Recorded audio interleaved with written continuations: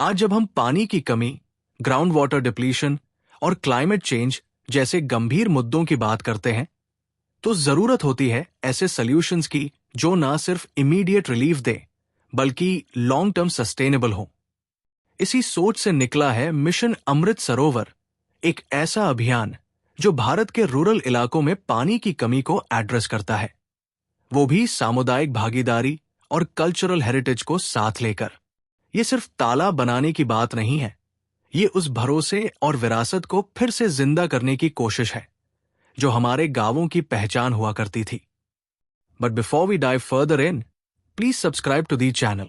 इस मिशन की शुरुआत हुई थी अप्रैल 2022 में, जब प्रधानमंत्री ने नेशनल पंचायती राज डे के मौके पर जम्मू के एक गांव से इसकी घोषणा की थी।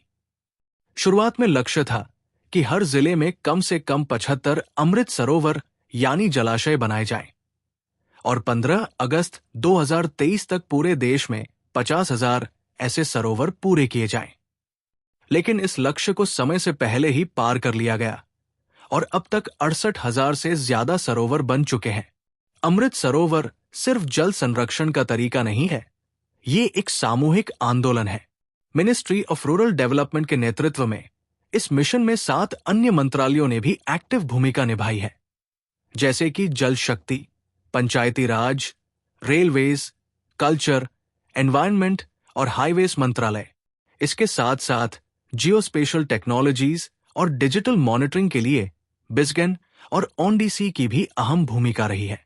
एक सेंट्रलाइज्ड पोर्टल बनाया गया है, amritsarowar.gov.in, जहां हर सरोवर का स्टेटस, जियो टैग लोकेशन और मॉनिटरिंग रिपोर्ट मौजूद रहती है। हर अमृत सरोवर कम से कम 1 एकड़ में फैला होता है और इसकी वाटर होल्डिंग कैपेसिटी करीब 10,000 क्यूबिक मीटर होती है।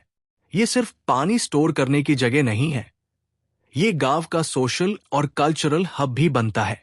कई सरोवरों को स्वतंत्रता सेनानियों और शहीदों के नाम से जोड़ा गया है, जिससे गांव के लोग उससे जुड़ाव महसूस करें और ऑनरशिप लें।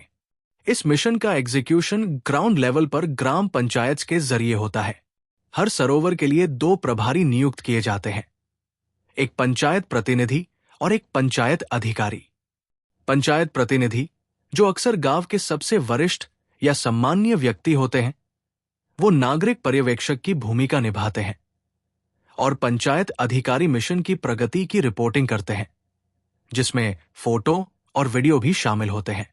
सरोवर की देखभाल और उपयोग के लिए यूजर ग्रुप्स बनाए गए हैं।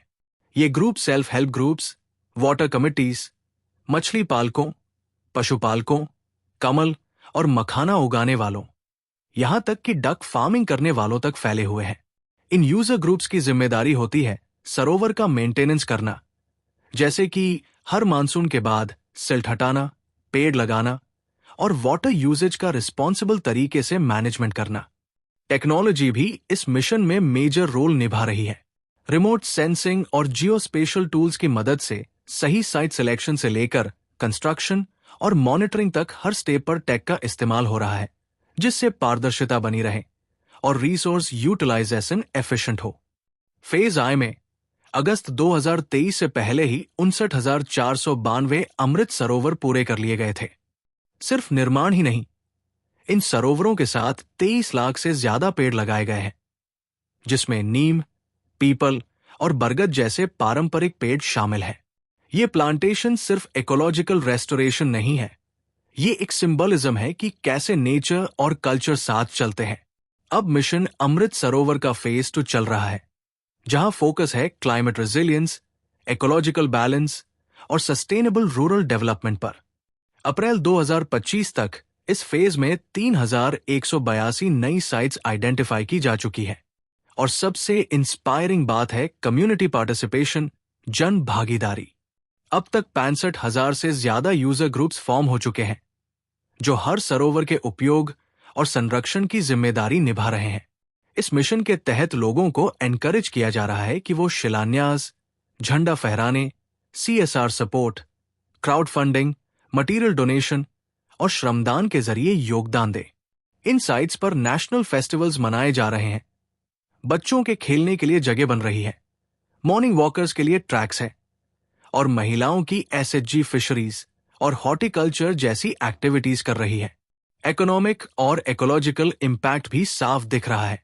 ग्राउंड वाटर बोर्ड की रिपोर्ट के मुताबिक 2017 में जहां टैंक और पॉन्ड सिस्टम से रिचार्ज 13.98 बिलियन क्यूबिक मीटर्स था, वही 2024 में बढ़कर 25.34 बीसीएम हो गया है। ये सीधा इम्पैक्ट है वाटर कंजर्वेशन स्ट्रक्चर्स का। इरिगेशन बेटर हुआ है, लाइवलीहुड्स ग्रो हुए हैं और एग्रीकल्चरल प्रोडक्टिविटी इंप्रूव हुई है। सक्सेस स्टोरीज भी हर रीजन से आ रही है, अंडमान से लेकर बिहार और अरुणाचल तक।